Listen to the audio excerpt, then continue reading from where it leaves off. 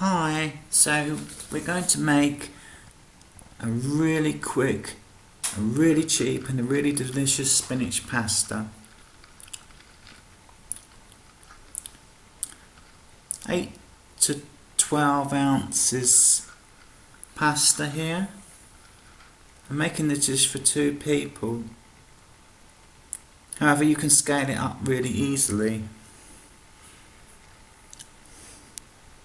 I'm doing my usual trick of mixing whole wheat pasta with normal pasta to sneak past unhealthy peoples in my family.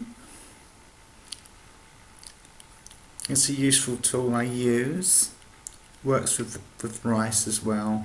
Half and half. Half whole wheat, half dark, half normal.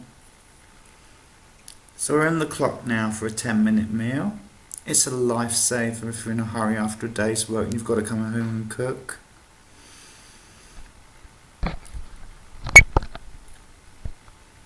Now we're going to make the sauce. A couple of good glugs of extra virgin olive oil, the best quality you can get or have. You can put more, you can probably put less, but do cover the base of the pan. 1 fat garlic clove, medium to high heat, get it sizzling. Remember, it burns quickly as it's in small pieces, so we're going to just really be flavouring the oil. Now let's get the spinach in. Here is, I think, 8 ounces of frozen spinach that has been defrosted. Obviously fresh spinach would be better, but I've always got a stock of frozen spinach in the freezer. It's a lifesaver and it still retains a good percentage of the nutrients and good stuff that we need. But no, it's clear that fresh spinach is better if you can get it. If you're using fresh spinach, you'll have a drier mix, so you'll probably need to import some of the boiling water from the pasta to stop it sticking to the base of the pan. The frozen spinach has got a lot more moisture in it, so we don't really have that problem, which I like.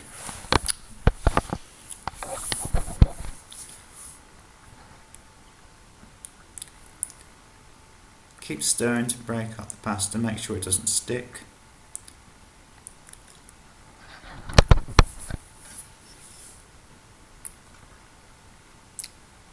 Down to a medium heat now, stirring occasionally.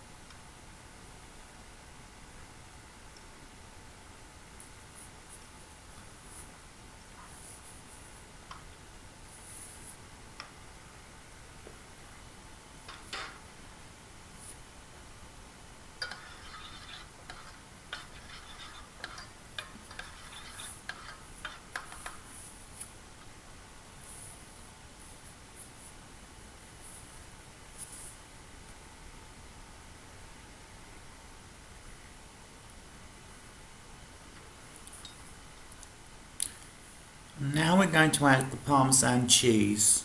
2 dessert spoons, approximately 30 milliliters of grated Parmesan or Pecorino Romano or any Italian hard cheese that you have.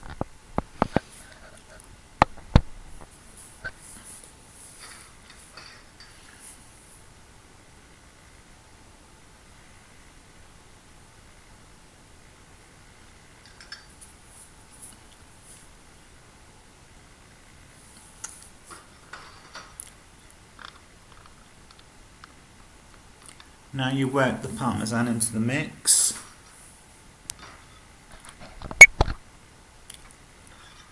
Bring up the burner 1 notch. Remember, if your mix is catching the base of the pan, import at 1 spoon at a time the water from your boiling pasta. It's probably more applicable if you're using fresh spinach. As you may see, the frozen doesn't have that problem. Well, it hasn't had it yet. Salt and pepper to taste.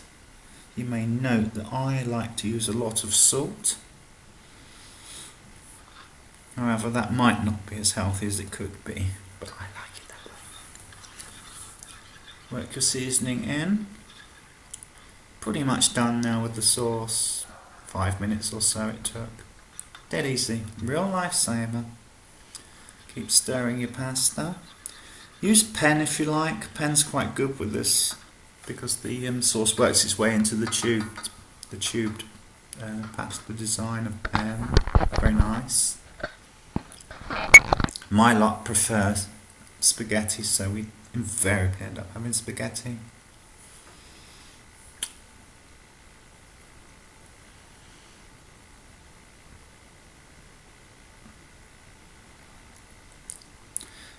Optimistic here, it's not quite 8 minutes, so it's unlikely to be ready. 8 to 10 minutes on the packet, so we're nearly there.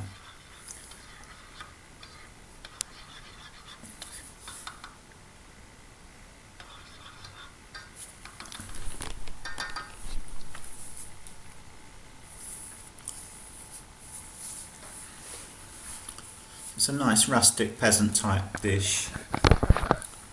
Flavoursome because of the strength of the spinach.